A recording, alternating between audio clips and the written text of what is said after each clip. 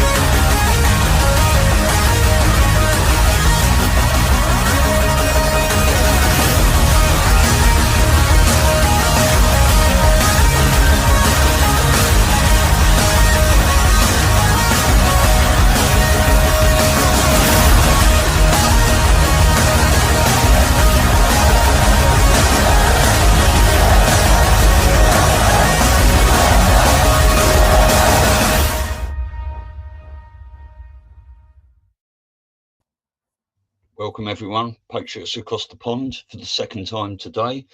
Our new regular Wednesday show, Midweek Metals with Matt Geiger. This is episode 1. I should just read this little intro. A regular show with Matt Geiger from Verity Metals. 3 Patriots, Stu, Elisa and Matt discuss financial matters and the geopolitical worldwide situation playing out as this great awakening unfolds. Matt's expertise into gold, silver and all things monetary moving forward will be heading these discussions, but nothing will be off the table as all 3 of us are highly researched critical thinking conspiracy analysts. Matt, how are you, sir? Doing well. Episode 1, huh? Good to be with you guys. Yeah. Good to have you. I should have brought my tinfoil hat. Funny enough. Awesome. Now, good to be with you. Thanks for having me. You're welcome. I think we should make that like a trademark of the show, that we show up with our tinfoil hats, right? What do you say? You know, I subscribe to this magazine. It's called Flip City. It's a hysterical magazine. And when I got my first order, they actually send you a tinfoil hat with your magazine. Okay. So, funny. Yeah, it's a good one. Yeah, good to be with you. So you're coming to us from Arizona, right? Arizona, yeah. So we just some background about me, for your audience, and obviously you guys know a little bit about this. I'm an actual brick and mortar gold and silver shop. I'm not one of these, call centers out of LA, where you have gold brokers who are, gold dealers by day and, trying to be Axl Rose by night. We're authentic. You could come in, if your audience is ever in Glendale or the Phoenix area. I'm on 75th and Bell, 75th and Bell Road. And yeah, we're just, we're just kind of old fashioned and, we like what we do. We love the Patriot community. I seek out podcasts like this because it's like, we want to take care of our Patriot friends. We give people great deals and, great service, whether it be, cash purchases, IRAs, whatever. And we have fun with it. It's like we're all one big family. So I enjoy it. So true. Yeah. And we get it. This community gets it. They there's do. no selling. You talk to people, the normies, and it's painful and they don't quite get it, right? Everything that's going on and why precious metals are so important, and they don't understand how it's tied to certain things like XRP. And, so our community, we keep building within our community. And I think that will help to get other people to come along, right? No doubt. Yeah. Well, this is amazing. I looked at the silver price earlier when we were on with Sue, and it was 66.41. Before you came on, it was 66.77, and it's now at $67. It went to 67.14 about 5 minutes ago, but it's at $67 at the moment. Things are flying, aren't they? Flying. Yeah. I was telling you, I was doing a trade this morning, and it's a person who I've done a lot of business with, and literally, as we're doing the trade, silver went up 70 cents. So I'm sitting here taking a 70-cent low, which is fine. But it's like I've never really experienced that, right? We're seeing $2 days, $5 days. Soon we're going to start seeing $10 days, $20 days. That's what I see happening. So good for people who've gotten into it, been in it for a long time. It's been it's almost surreal. I'm seeing, Silver Eagle prices, you're charging $70 for an ounce of, American silver. And it's like, I feel like I'm one of these gold companies in LA price gouging people. And I'm looking at it, I'm like, no, that's the price. That's the silver price. Yeah. And like how long we were hovering, like I remember just from my investments, like we were just kind of hovering in the 20s for like a long time, and then it's 30 and you're like, oh, right. But then it Yeah. just like it just feels like it just exploded so fast, which is what we've been saying. We just didn't know the when, but so it's really exciting. And let me say this to people who think they've missed the boat. You haven't at all. Here's why. I think silver is going to go way higher than it is now, more than double what it is. And think about it like this. Just think about it from just a common sense standpoint. They haven't announced any financial problems in the system, in the monetary system, or in the markets, right? They haven't announced. None of that stuff's been admitted yet. That's what's coming. That's the stuff that's coming. That's going to be. It's like a game of musical chairs. You have to get your chair now. Sit down. The music's already stopped. It's just people aren't hearing. So people are still actively, in markets and sitting in dollar-denominated assets. It's a mistake. It's going to be a great place in the next couple of years, but a lot has to get sorted out. I mean, and from what I hear through my, intel sources, which are not like, I'm nobody special. I'm not sitting here talking to, military generals or anything. But from what I understand, Trump is going to walk this country through bankruptcy. People mock him for going bankrupt, right? Or his companies going bankrupt, a couple of them. It's like, that's the exact kind of skill set we're going to be needing here in the next couple of years when this country literally goes into bankruptcy. We're gonna have to pay our creditors. We're gonna have to set up some type of deal, and the only guy that could pull it off is Trump. Right. Yeah. Because I think people just don't understand what bankruptcy is. They don't understand it. So when they hear, oh, Trump went bankrupt, like remember when all the scholars were out there talking about how he's an idiot and everything, and they think it means like you're destitute and you lost everything. Like they don't understand that it's basically a business method, if you will, of reorganizing and so that's part. And there's different types. There's different types of bankruptcy, right? Right. They don't really. There's. I think the 11 is the restructuring. The 7 is going completely out, going under, right? So there's different ways of handling it. Right. And I think he knows that's the whole point, that he has done everything as a businessman, a successful businessman, right? And we won't even get into how many tentacles that goes into, right? Just with his business dealings. And they don't understand that that's essentially what you're dealing with when you're running a country. You're running a business. You're running a business. And while we're on that subject, a lot of people, I remember in 2016, they would mock Trump. They'd say, oh, he has no political experience. It's like political experience is an oxymoron. You need a businessman. And here's the proof of it. Trump has raised, I believe the figure is $22 trillion through this year, just this year, okay, through tariffs and bringing in business and industry to the United States. Okay, what's the income tax revenue every year from the federal government? $4.5 trillion.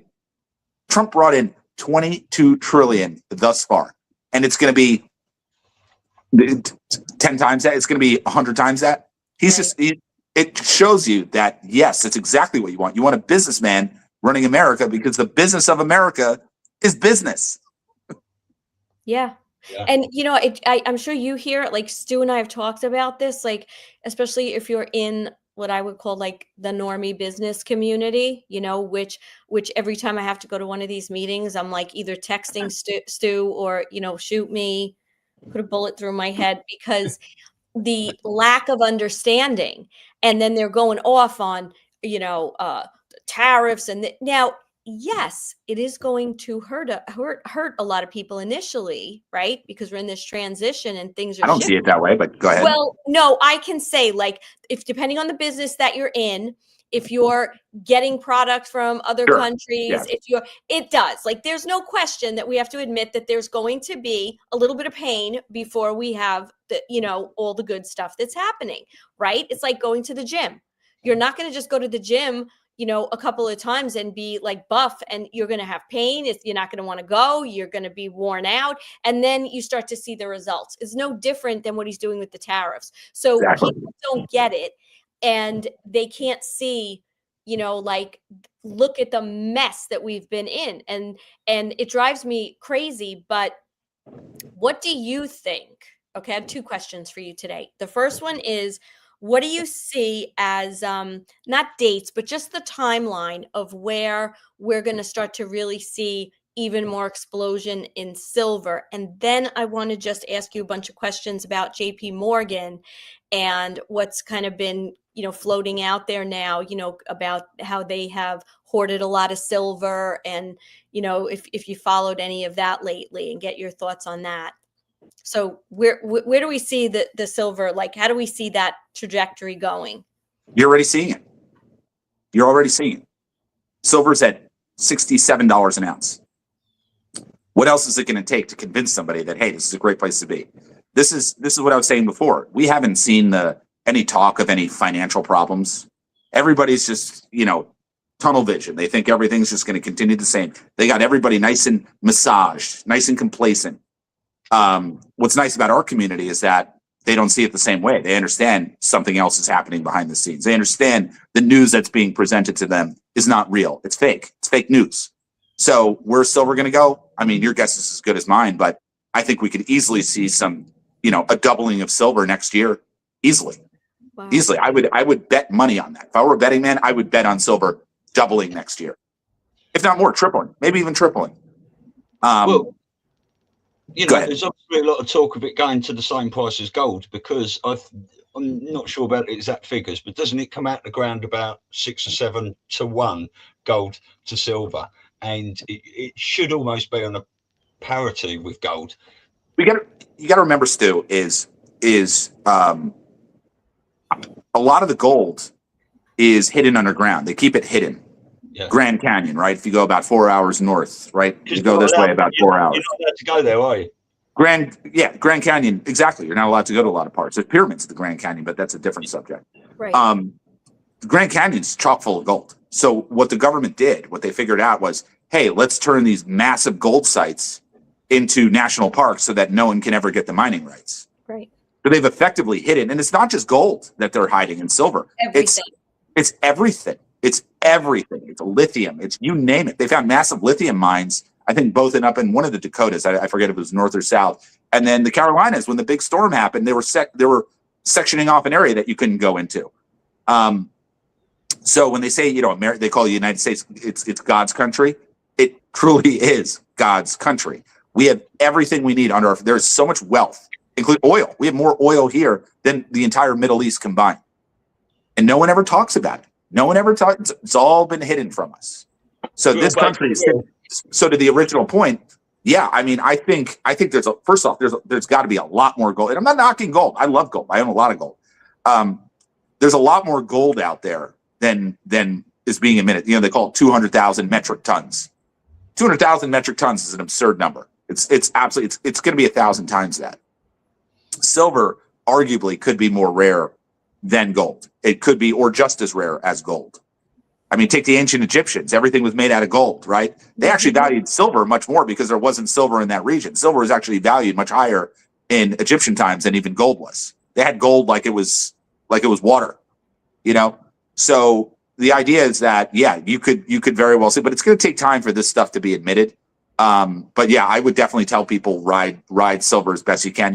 Look, if somebody's doing a large purchase with me, let's say a cash purchase where they're taking possession of it themselves, yeah, gold's going to be a friend of yours because, hey, if you have $1 million and you're converting that to gold and silver, how much silver can you handle? $500,000 is, maybe about 7,000 ounces, right? So that's what? That's 14 boxes, 50 pounds a piece. Do the math. You're going to need a room to store that in. It's not going to just fit in some traditional safe. Gold, that'll fit into a small briefcase. So there's logistical and security stuff for logistics that people have to consider. But yeah, I would definitely tell anybody, go as heavy as you can right now in silver. And it's not going to be the price that's prohibitive. And remember this quote. It's not going to be the price that's prohibitive. It's going to be your ability to get it. Yeah, I was just going to say that to you because even Bixware talks about the fact that they've stopped minting eagles, haven't they? Have what? Have they stopped minting eagles or producing as many silver eagles as they were? They did that back in 2023, March of 2023 in April. The U.S. Mint is run by a lady by the name of Ventress Gibson. The lady's a clown. Okay, there's corruption everywhere in the government, including the U.S. Mint. Okay, they intentionally, under COVID rules, even though COVID was over, they intentionally slowed down production. The Mint's capable of about 7-8 million ounces a month of silver eagles. They were producing at that time somewhere around 8 to 900,000.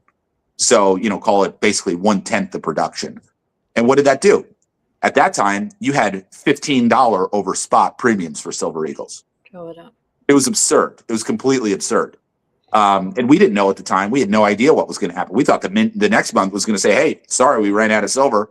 But that's the point I think we are now. I think that was, I think they were sort of testing us, if you will. But yeah, they can artificially cease production if they wanted. They've already done it. Yeah. I mean, what you were saying about, sorry, Lisa, what you were saying about supply then is the most important thing about this, because people that think, I don't want to buy at 70, haven't I missed the boat and stuff. When it gets to $200 or $300, if it does, you may not be able to get it at all. Exactly. And then not to interrupt you, but who's going to part ways with their silver at that point? Because what's the alternative? Fiat money, right? So run through the scenario. What's the alternative? Going back to Federal Reserve notes? You're not going to want that. Yeah. Right. So somebody that's in silver is like, hey, I'm secure. I'm good. I don't want to touch that funny money. We're going to this new system over here. My silver is going to be applicable over there. So if somebody's going to part ways with their silver, it's going to be, okay, you're going to offer me a $150 premium over spot to part ways with it. Okay, well, I found my dream house here on the coast of Florida. Sure, maybe somebody might sell their silver in that scenario, but people are going to pay a ridiculous premium to get somebody to part ways with their money. Well, yeah. I think people that are holding silver and all that, if they ever got stuck, they'd only need to sell a coin here and there and stuff. They wouldn't need to sell their silver. It's just like, I need to filter that little bit off to survive, but I'm keeping all the rest. Exactly. Yeah. Yeah. Exactly. And just like to your point, talking about the scarcity, we know that silver is used more in industry, for computer chips and electronics. So, that value is going to be important too, like to the point of the, I guess, just the scarcity and the existence of it. We don't know, but once they use it, that it's used. So I would say to anybody at this point, because I'm going to say that for the average person, right? Just the average person, gold also financially might be a little out of, off the table, right? With the price of where it is, but silver is still very reasonable. And it's kind of like that Bitcoin mentality, like, if you could have gotten Bitcoin at $70 or something, and now it's up to 100 and whatever, 115, like, is that a bad price? No, it's an amazing price. So same with silver. If it's going to keep going up, you're not out of the game. It's still a good time to make an investment. And, I think there's always going to be people that are going to buy a lot because they have the funds and they can do it. But I feel like the average person should not feel out of the game. Totally. You do what's in your means, you're not going to like mortgage your house, maybe not, to do this, but there's so much when you think about our daily lives in this country, and I don't know, maybe it's the same way in the UK, Stu, but like people just waste an awful lot of money on crap. Oh yes, I do. Right? $6 drinks, Guilty. Just, I'm saying, but like, if you take that, like we have this little thing in my house, whenever we have change, we fill up these bottles. They're not big. They're like they're plastic, water bottles, and we fill it up. And then I go to the bank, and then whatever that is, we just buy, like we'll buy XRP or we'll invest in something. It's just like, obviously we've done some bigger investing, but now it's just like fun. So think about it over the course of a week, you could accumulate like $30-$40 just in change, $50. I'll say this. I hold on to all my change. Do you? Do you guys remember the change shortage in the beginning of COVID? Remember the change shortage? Yeah. Right. What was that? So your change in your piggy bank actually operates in a different monetary system than the bills in your wallet. The bills in your wallet are fiat money, right? Money backed by nothing. The change in your piggy bank is actually commodity money. The commodities in the means of exchange. It used to be silver. Today it's copper. right? Your quarters are about 92.5% copper. So actually, and they also have what? The stamp of approval, just like United States minted silver coins like American Eagles. They also have the stamp of approval from the US government. So the change in your piggy bank is actually way more valuable than the bills in your wallet. So I would actually tell people, and maybe we'll talk to people that maybe don't have means, right? That's always a good place to start is, hey, maybe you're living paycheck to paycheck. Go down to your bank and go take $10 and go get a roll of quarters. Go get a roll of quarters. That's a great way to get your money out of the fiat system. That money too will have value. Look at what copper prices have been doing. Copper prices went up like 500% over the last couple of years. So the idea is that you really want to hold on to coinage. Coinage is way better than, and back to gold and silver, coinage is way better. US coinage is way better than holding bars. It's because gold and silver American Eagles, for example, they're already considered legal tender. So I would make an argument, and I'm not an accountant, I don't give any tax advice of any kind, but from what I understand, okay, this is just my opinion, but if you were to come and sell $1 million of gold American Eagles, it should be a non-taxable event. Yeah. That's my understanding. Now, accountants might tell you differently because they're not really, a lot of them are not educated on this stuff. But if you really look into it, which I have, and I think I'm right, it should be a completely unreported sale or purchase for that matter at $1 million or whatever amount, right? Because the threshold's 10,000, right? Et cetera, et cetera. That's my opinion. That's just my opinion. So you really want to stick to US money. And of course, why do you think Trump dyes his hair gold with silver linings? It's communication, right? He's telling you something. Everything about that man is a comm. Everything. Look at the Oval Office. You see all the new gold hardware he put around the Oval Office? Yeah. It's a communication. He's telling you something. Yeah. He's telling you to get into gold and silver. That's what he's really telling you. And he's been telling you that.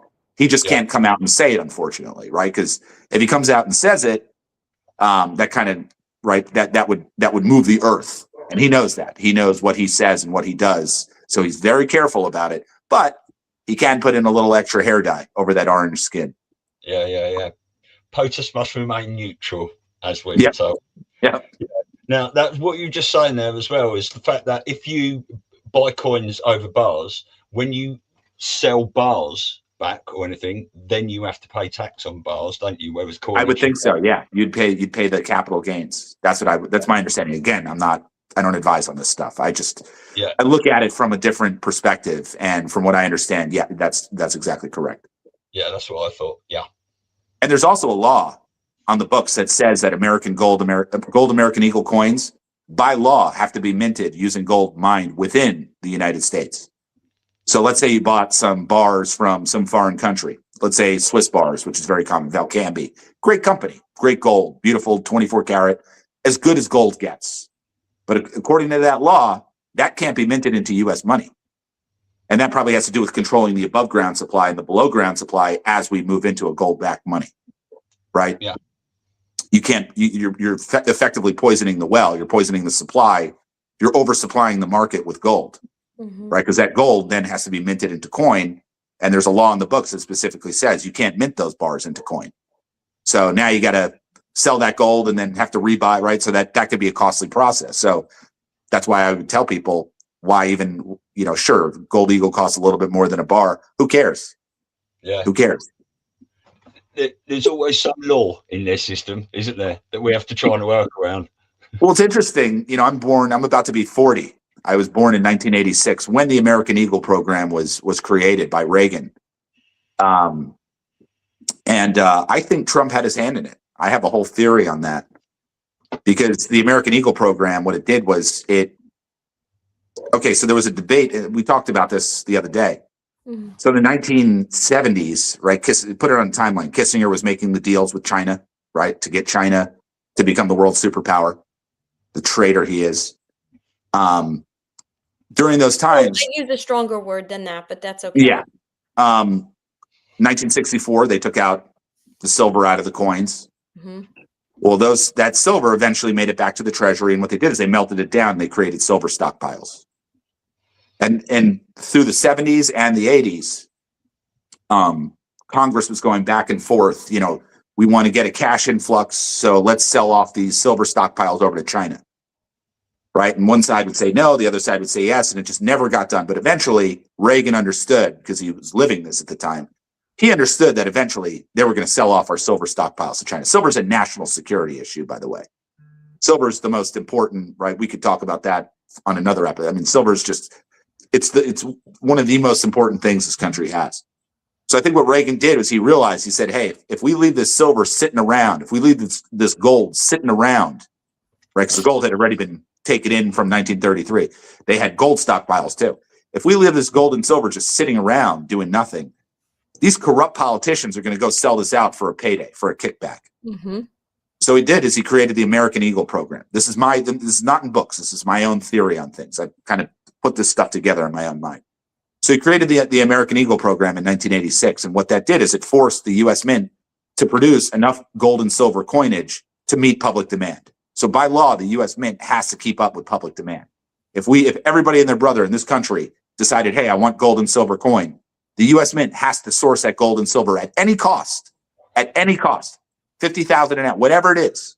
They have to, by law, do that. And I think the point of that was to put, Reagan understood that the only safe place of that gold and silver was in the hands of the American people. And here we are 40 years later, and our population in the United States, our people of the United States, hold more gold and silver in their possession than any other population across the world. So we've been buying the wealth, and we've had a 40-year head start on the rest of the world buying gold and silver.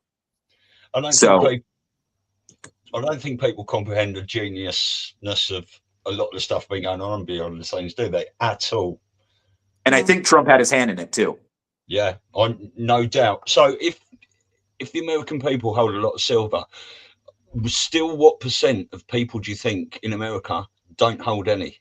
Because probably a good portion. And the reason I say that is, I have friends that are worth a lot of money. One of my friends, he's got to be worth a couple $100 million. He's probably getting close to $1 billion at this point. He's got a very successful company, and good for him. No fault him.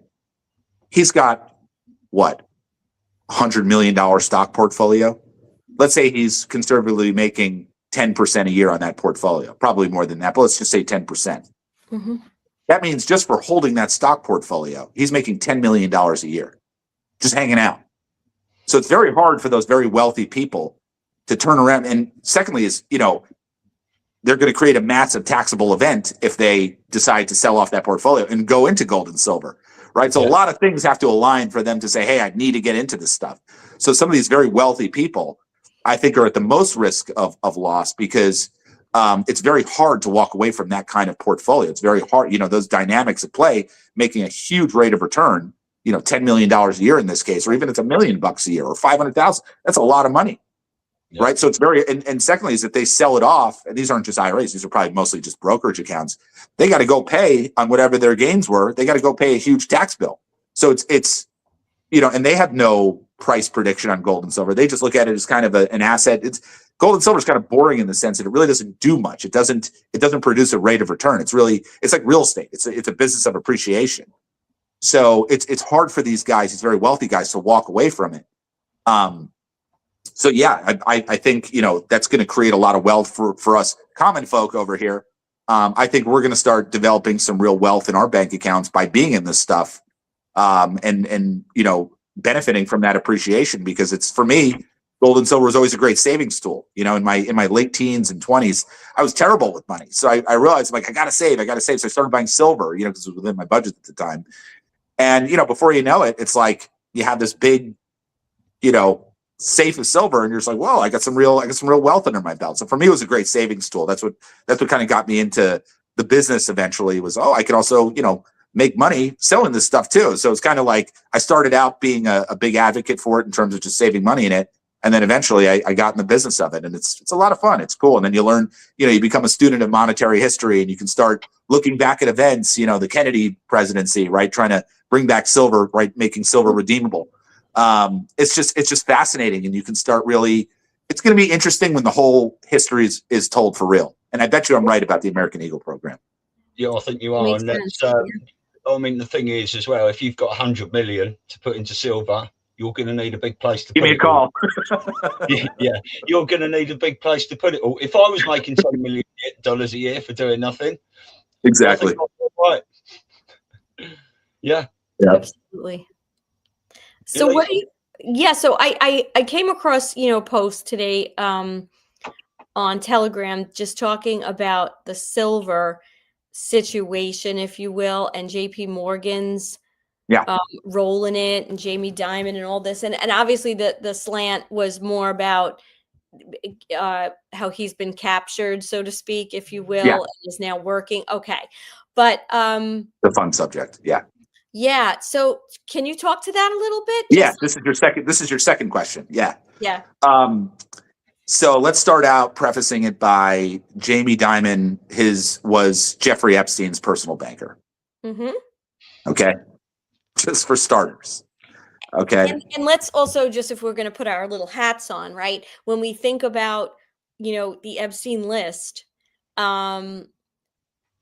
it's just the way it's being played is really fantastic, the way they're doing this, and they're getting the people, to beg for this when it's all their people that are on there. But separate from that, the implications are just far more than just these corrupt politicians. This actually shows the way the whole U.S. banking system, and of course, one of the biggest banks in the country, and its CEO, right, who I think it was on Bix Weir who was saying that they affectionately called him Jamie Demon because of his proclivity for some really nasty behavior with the girls.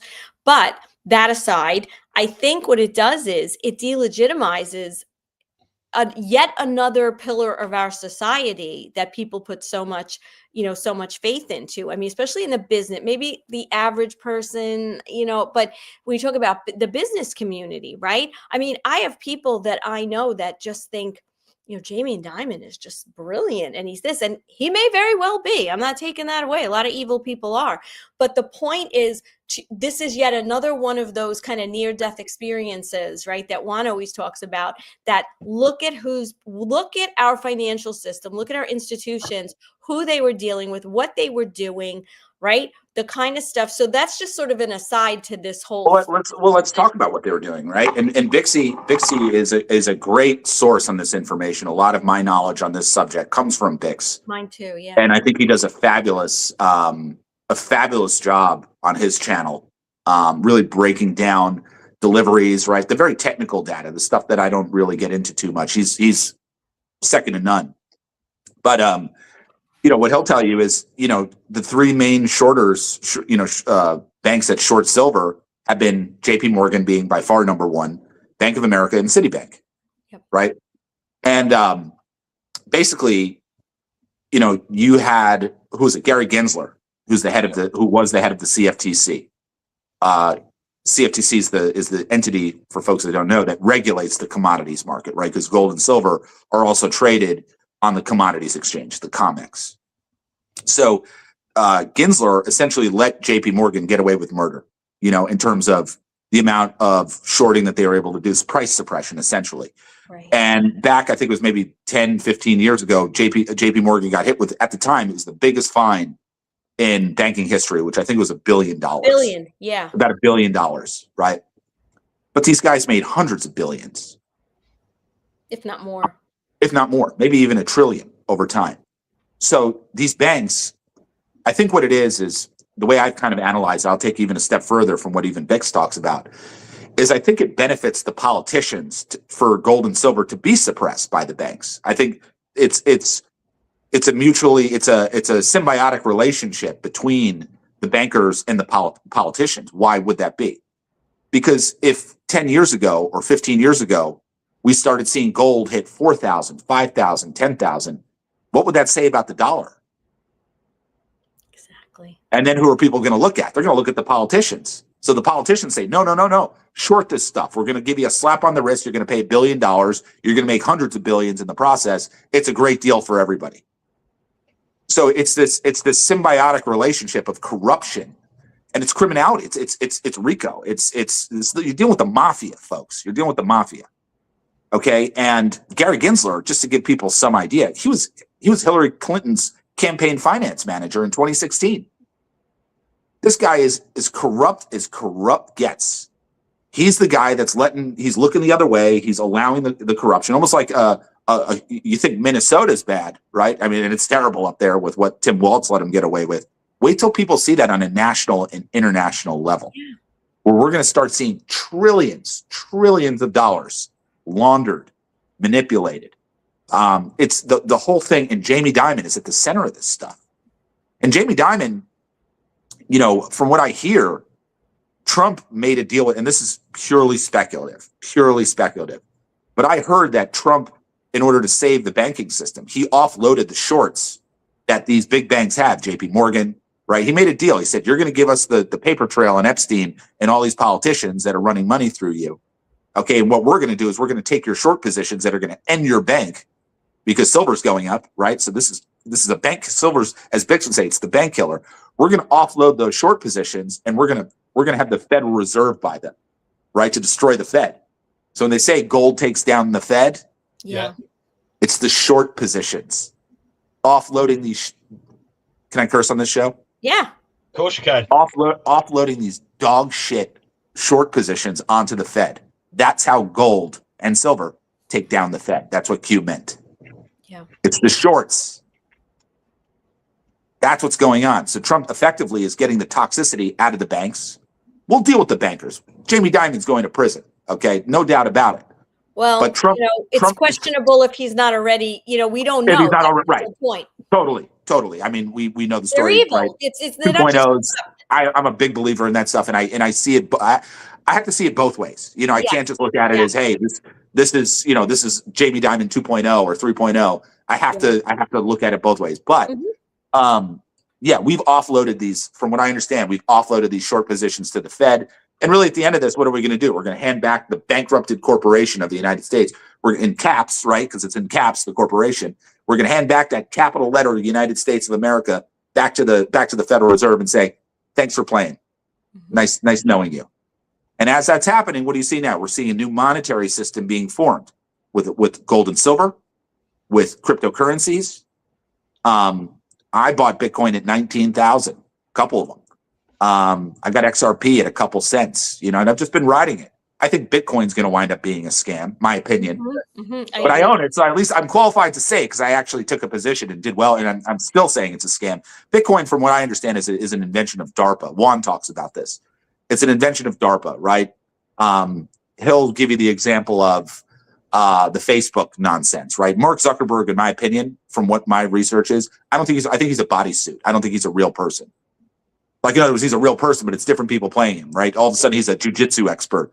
Next thing, he's surfing on the beach, and like doing it well, like doing jujitsu really good, and like surfing really good, like all of a sudden he's like I think it's different people. It's kind of a crazy concept, but they make movies about stuff, to cover up the reality. The Facebook movie, the Winklevoss twins. Well, the Winklevoss twins got their payout, and what did they do with their billions of dollars? What did they put it in after Facebook?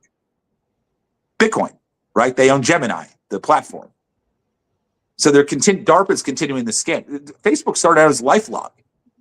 Zuckerberg didn't invent Facebook. LifeLog was created by DARPA, Defense Advanced Resources Project Agency.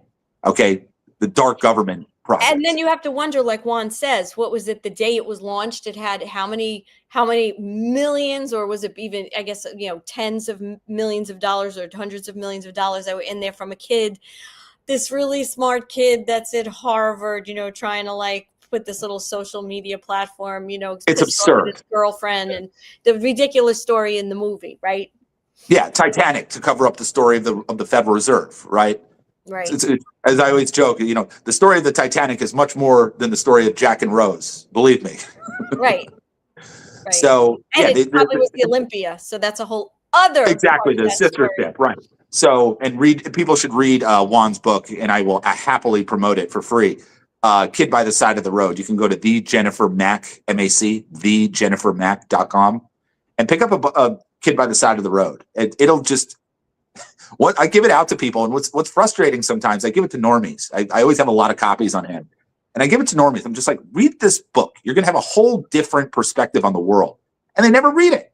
And it's like, come on, man. Like, I've given out signed copies, Oh, wow. and it's like, I don't do it anymore. I'm just like, hey, when you're ready for the information, you let me know. Mm-hmm. It's the same thing. You know, you send videos and all this. No, I'm not watching that. I don't need to watch that. I'm the guy that watches everything. People send me stuff all the time. I'm like, I'll stop and take a look. Like I look at it all. Yeah. You know, So, You have to, if you're discerning and if you're really a product of the movement and you want to understand. And exactly. but a lot of these same people that don't want to watch this stuff, right? What are they watching? They could tell you every last thing that's going on like Love Island or, you know, the housewives of whatever city they're in, you know, and it's just more numbing. Game of Thrones. It's just right. It's just numbing. Like it's just numbing. It's and it's sad. I mean, I find it really sad. I have to look at everything because I owe it to myself, but I also owe it to clients so that we can give the best perspective. So when we're doing this stuff, people want to ask me, you know, people aren't coming to me for just really gold and silver. Really what people are buying from me is perspective, right? So I think I offer better perspective than anybody else out there in the industry, you know, and look, there's a lot of great companies. There's even more horrible companies. I would avoid everybody in Los Angeles. I'll tell you that right off the bat, but you have to keep up with this stuff. That's kind of my job, is to make sure that I'm giving people good insights. You know, nothing's guaranteed. Gold and silver can go down. Who the heck knows? I think they're going to go way up. And if they went down, it would be some artificial, you know, price suppression, and it would be temporary. But yeah, I mean, it's amazing how much people don't look at information.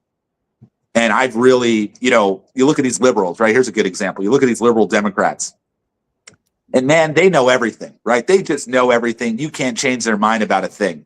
And they think that and it's so freeing to them. To them, it's like, you know, they feel like empowered by it. You know what I feel empowered by? Realizing I know nothing, just how little I know.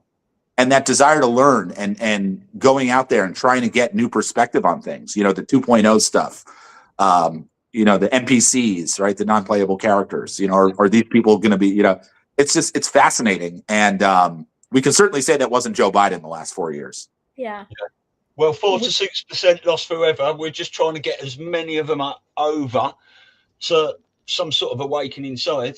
And the truth is learned, never told. They've got to do it for themselves. You know, we can plant all this night, but I've got my rule there. Watch everything, listen to everyone, read all that you can, never believe anything unless you can prove it in your own right. And the reason why we do all this is because it's we the people have to elevate, but we can't elevate we the people unless we elevate ourselves first.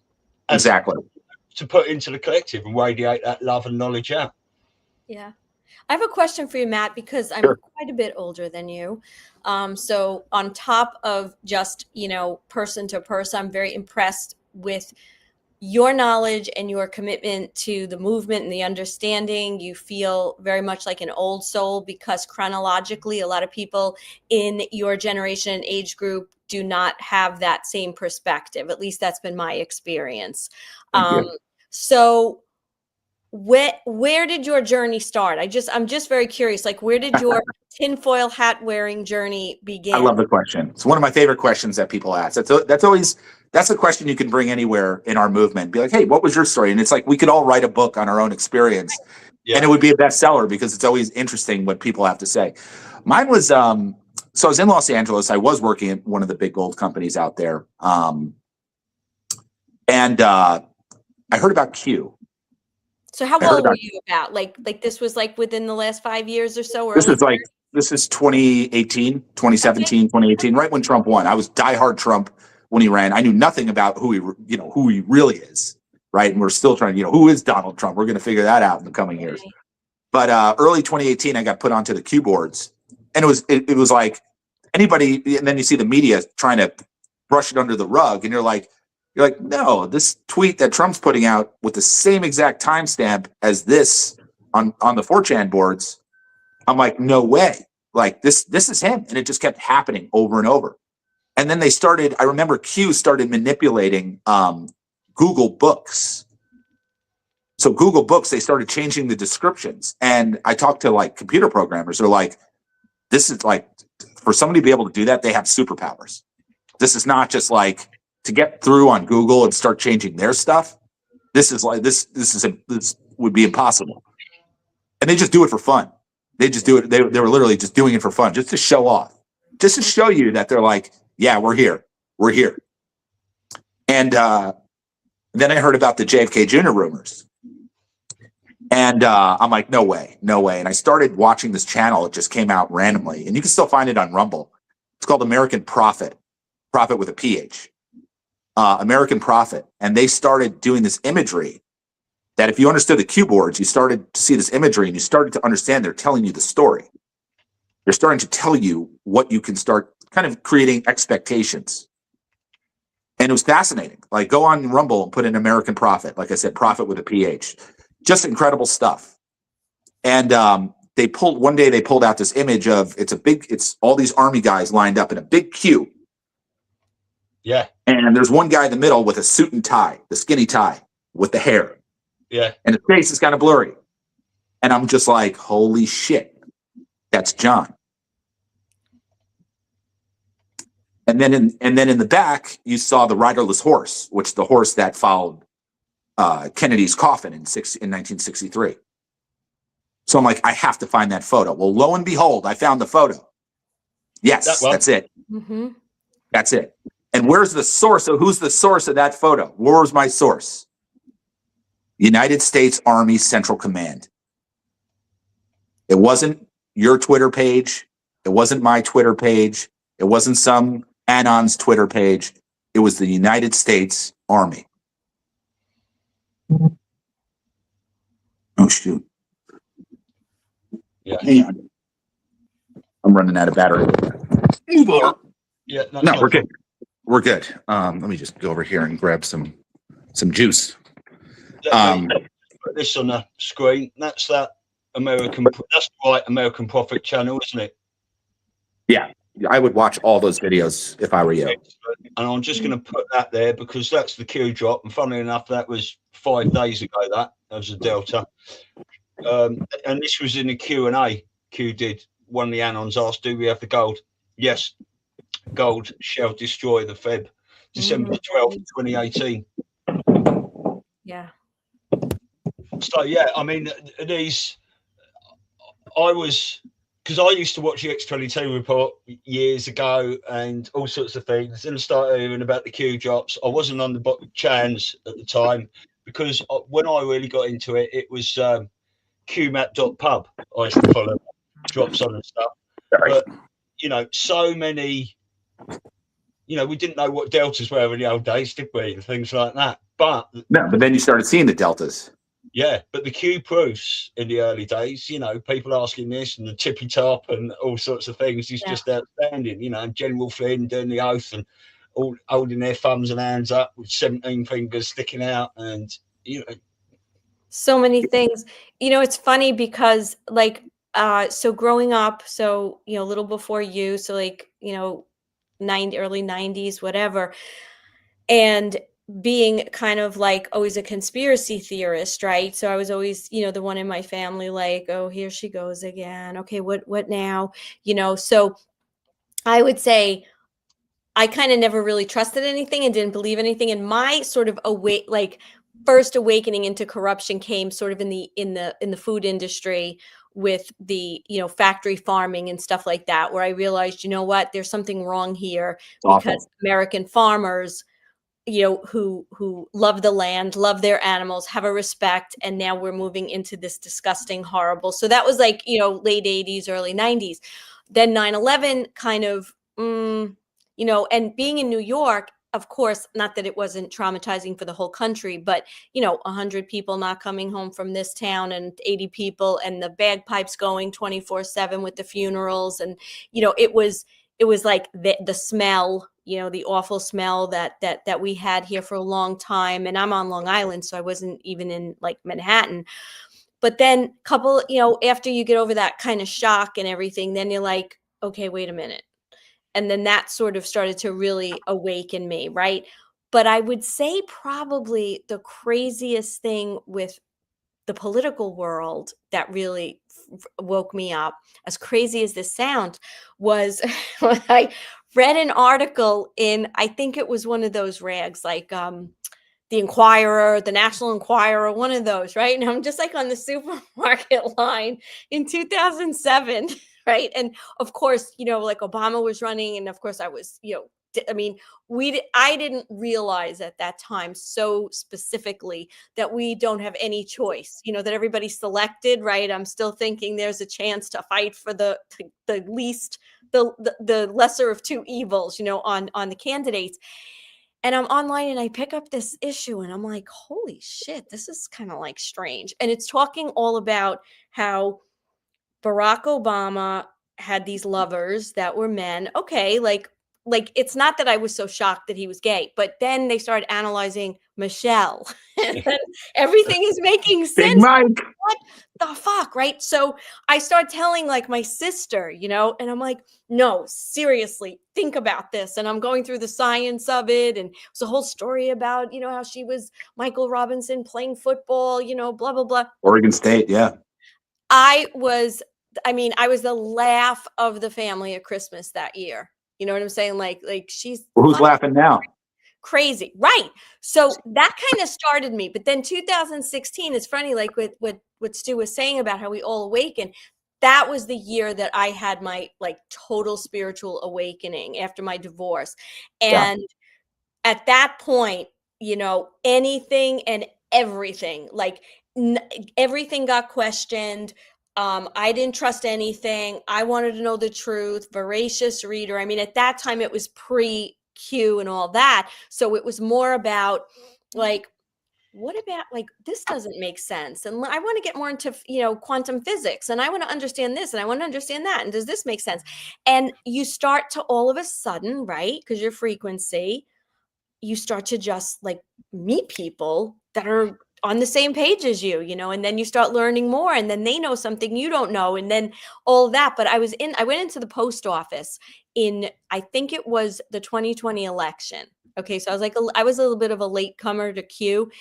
And my friend who works there, total patriot, okay, amongst a gazillion liberals. Okay. So I would go into the post office and we'd kind of have this little like, no, I need a roll of stamps. All right. So, and we'd have like these little powwows. And he's the one who introduced me to the X22, told me about adrenochrome, told me like all these things, you know, and got me started on Q. And that was sort of like my journey. And at the time I was a single mom, two, you know, teenage daughters, all alone. And I started following everyone. It's like, I got to start a podcast. And then at that time I was like, I don't want to risk getting a bullet in the head at this point. So I got 2 kids and I'm like living on like, you know, all by myself. Wouldn't want to be Joan Rivers.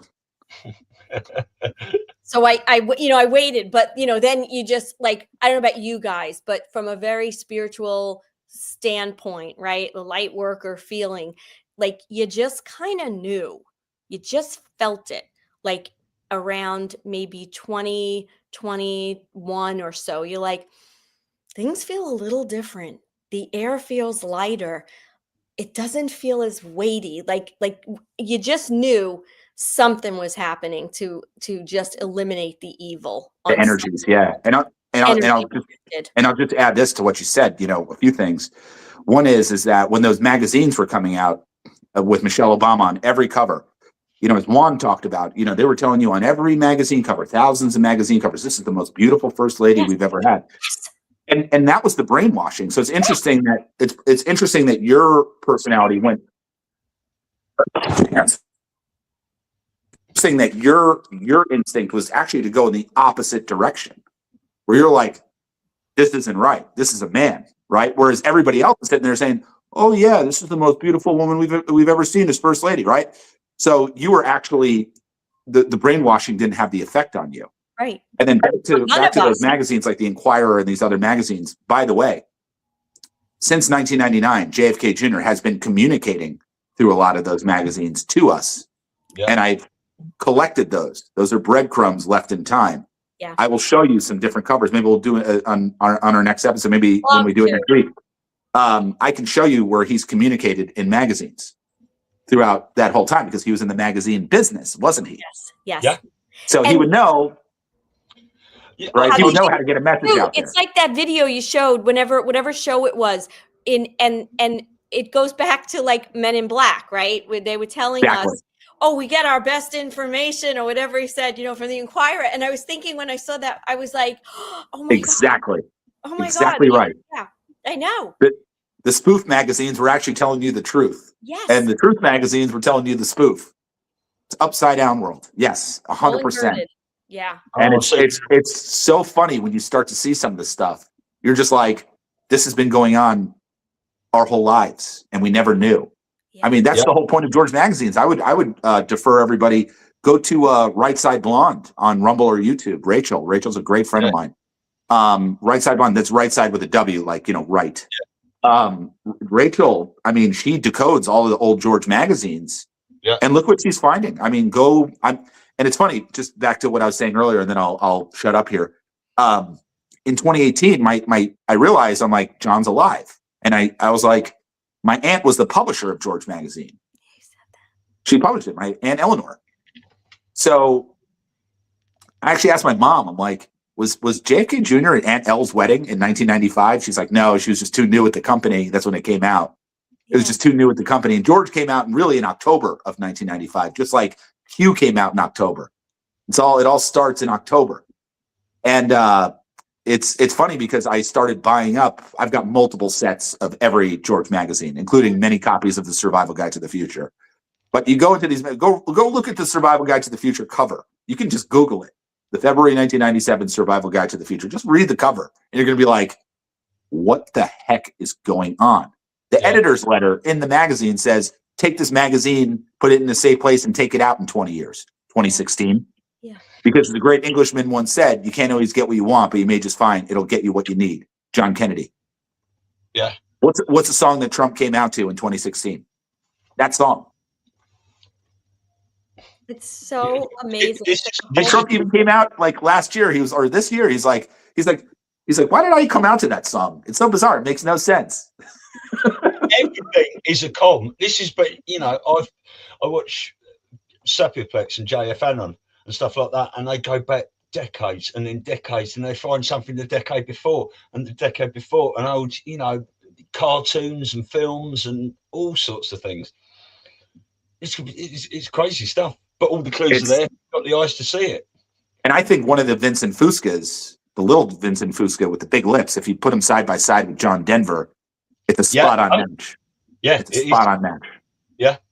I'll tell you a funny story. I told Stu this. I was in Florida in, I think it was June. We went down there for a Charlie Ward event, and I'm sitting down there with this another like person in our group, and there was this poor guy that was just like, just a normie, a nice guy, and she knew from her building, and he was there and he's chatting, but we're already off and running, and it's like so anyway, he leaves and she goes, Elisa, she goes, seriously, she goes, we're sitting here, we're like, this one's dead, that one was killed, reptilians are over here. She goes, we sound like lunatics. Except we know we're not. But the poor person who's listening to us has to think we should be committed. And we had such a laugh over that because you're so into, the knowledge and the information and everything that it's just like, it's this, it's like, hey, you want to go get a cup of coffee? That's how we say it.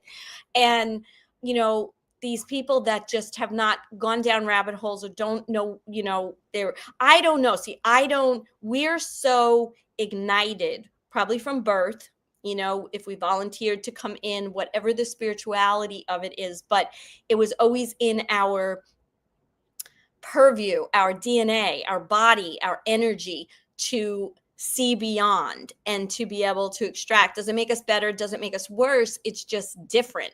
So it's hard to relate when we see people that don't get it or don't see it or it doesn't resonate, and our eyes and our ears, all our senses are primed to pick those things up when other people. And we have this innate desire to bring those people in. We want to bring them in and be like, take a look at this. Yeah. And it's tough sometimes because, as you point out, Elisa, it's like, they'll just blow you off as like, you're crazy. Yeah. And it's unfortunate because, people really need to start paying attention and it'll be interesting to see how things, I think, with the Charlie Kirk situation, I think that really got people to start getting on our wavelength. If there's any good thing that came out of Charlie, It's probably two things: more people going to church and believing in God, and two is getting people to start thinking, oh, well, maybe it was the Israeli government, right? Maybe it was maybe there is something else going on. And even though maybe a lot of these people can't pinpoint it, then they'll start hearing it from people like you, people like me.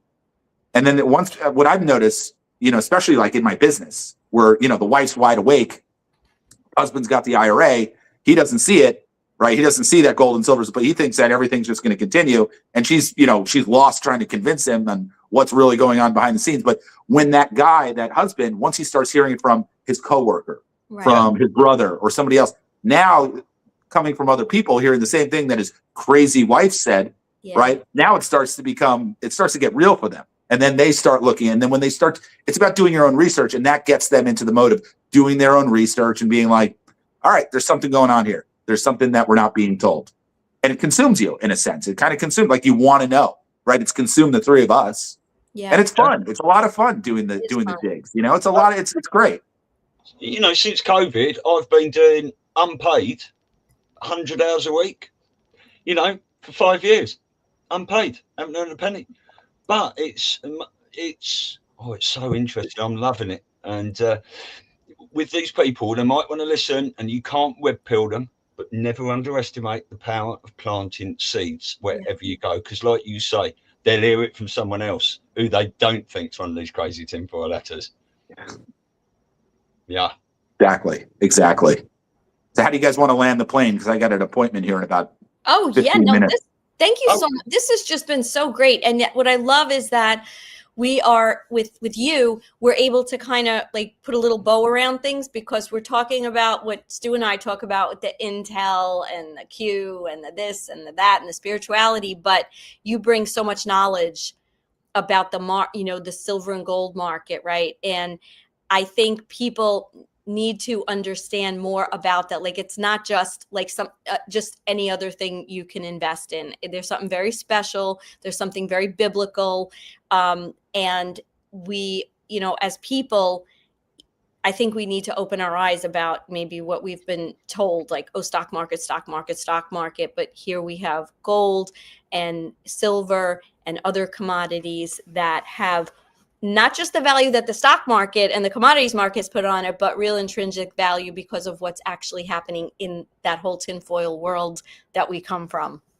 Yeah, like I said earlier, and thank you. Like I said earlier, it's like, there's 1,000 different places that you can buy gold and silver from. Why do people come to me? It's because they like the perspective. They like, I can give people that lens to really understand the asset and the outlook on the world. And then because they're doing business with me, they have that perspective moving forward. And I might see things that, just going online and just making a purchase, you're not going to get that. Your people buy me and the perspective, I think.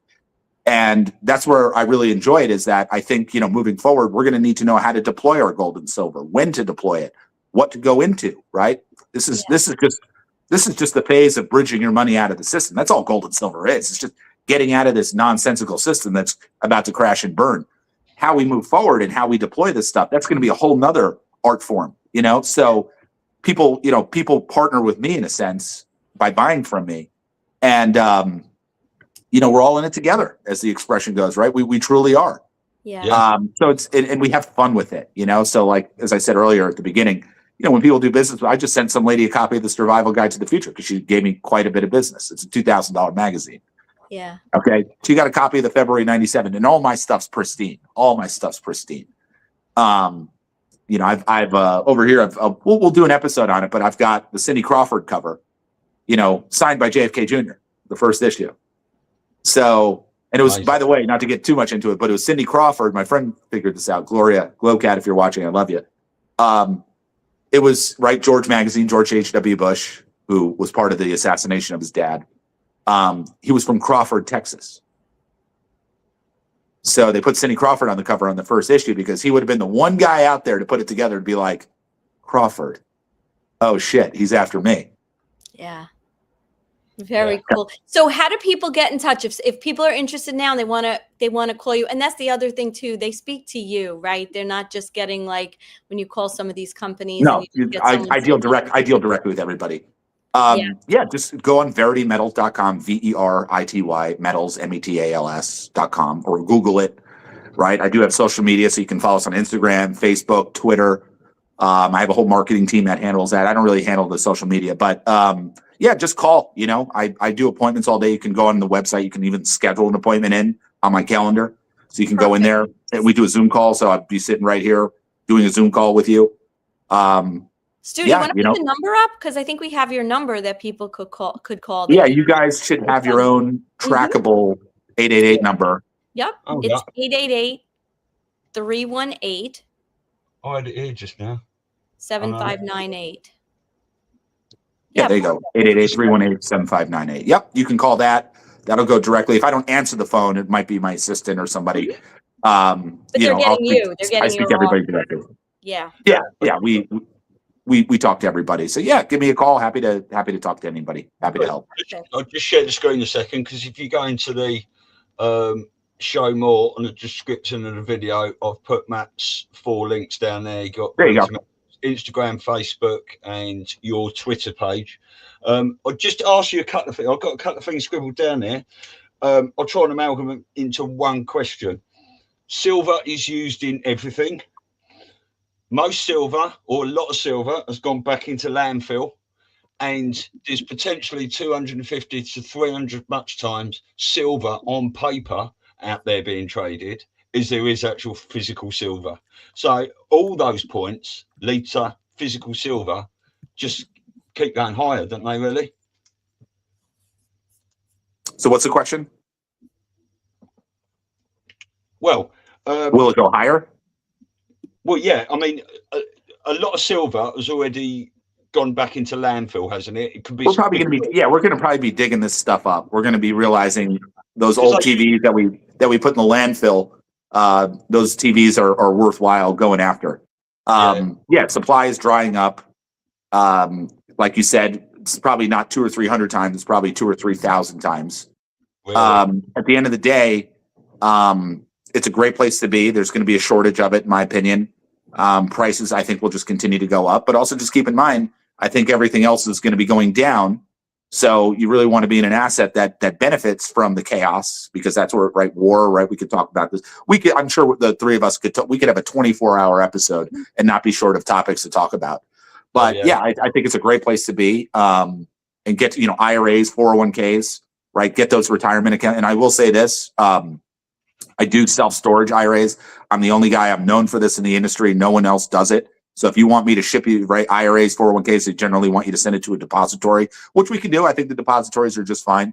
But if you want to hold it yourself somewhere, I can ship the IRA gold and silver with you, build the proper infrastructure that allows you to do that. There's a few things you want to know about, but I'm the only guy that does it. So, that gives some people peace of mind where they have access to their gold and silver from their IRA. It's not just sitting in a place that they've never seen or heard of. So yeah, I have a lot of, there's a lot of benefits to doing business with myself, my company, Verity Metals. And yeah, you got a friend, you got an ally, great prices, the right products.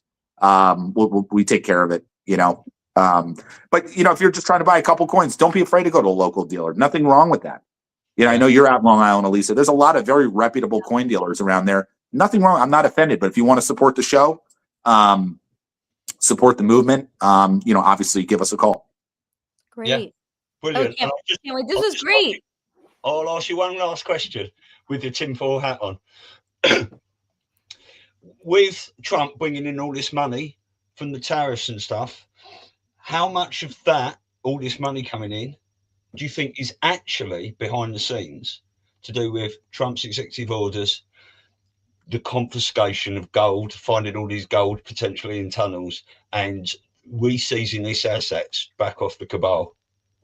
I think it's already done. I think I would defer you to the Jan Halper-Hayes interview from August of 2024, or is it 2023? See, the 2020 Jan Halper-Hayes, she's a Department of Defense, now Department of War. She revealed that Trump went to the Vatican, went in, took back 650 cargo planes of U.S. gold. Yeah. I believe that's true from other countries. I think the politicians squandered it. I think Fort Knox is empty, and Trump is going to replenish it. Yeah. I think we have more gold. I think we've taken other countries' gold and forced them into a deal to cooperate with the new plan that's evolving for humanity, I think Trump has everybody's gold. I think that was the deal. And if you follow through on the plan of saving the world, you will get your gold back and then some, and you will be part of the greatest economy that has ever walked this earth. I think that's what we're in for. And yeah, I think Trump's got it under control, but there's going to be some pain to it. So get it while you can. Ease the blowback to your own finances, whatever that may be. If you have a lot of money, if you have a little bit of money. And I think it's a great time for people that have, maybe not that much wealth. I think it's a great time where you can really exponentially grow. Hey, you got $100,000 in an IRA. Hey, convert that to gold and silver. Maybe by the time we're done with you, and by the time gold and silver prices go up, maybe you got a couple $1 million in the bank. Yeah. So I think it's a great time. I think it's going to be a wealth it's going to be a transfer of wealth that's traditionally gone to the top. This is going to be a transfer of wealth that goes to the people, and it's going to be a benefit transfer of wealth, not something that's been hurting us. Well, I do think this potential precipice scare necessary event, if we haven't already had it, is going to be sort of banking collapse. And when it hits people in the pockets, they might start fucking paying attention there. Exactly. Yeah. Well, they're going to have to, aren't they? They better. Yeah. Brilliant. Matt, that's been an amazing show. Thank you for coming on. Great, guys. Thank you. Thanks for having me. And I might see you next week. You'll see you next week. Yeah. It's beautiful. Christmas Eve. Yes. Yeah, 2 hours early next week. So it'll be 4 p.m. UK and 9 a.m. for you, Matt, and 11 a.m. for you, Elisa, I believe. And we'll do that every week if you're happy with that. Beautiful. Love it, guys. Thanks so much for having me. Have a great day. You too, guys. Minute and a half outro video if you've got time to stay. But take care. Sure. Thank you, everyone, for watching. And we'll see I'll you hang around. Where we go up, we go all.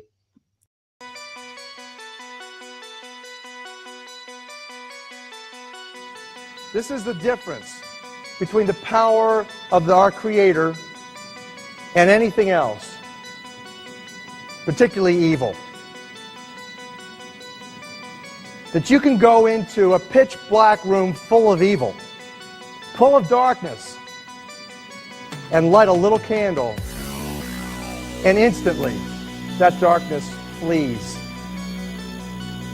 But you can't do the opposite. You can't go into a well-lit room full of truth and wisdom and righteousness and joy and health and harmony with the universal power. And you can't take any amount of darkness and go into that well-lit room and have any effect whatsoever. That is the metaphor which I frequently think of when I think that I'm not empowered. It is the greatest lesson for me, and I think for everybody else, to know that we're on the winning side and that we win in the end.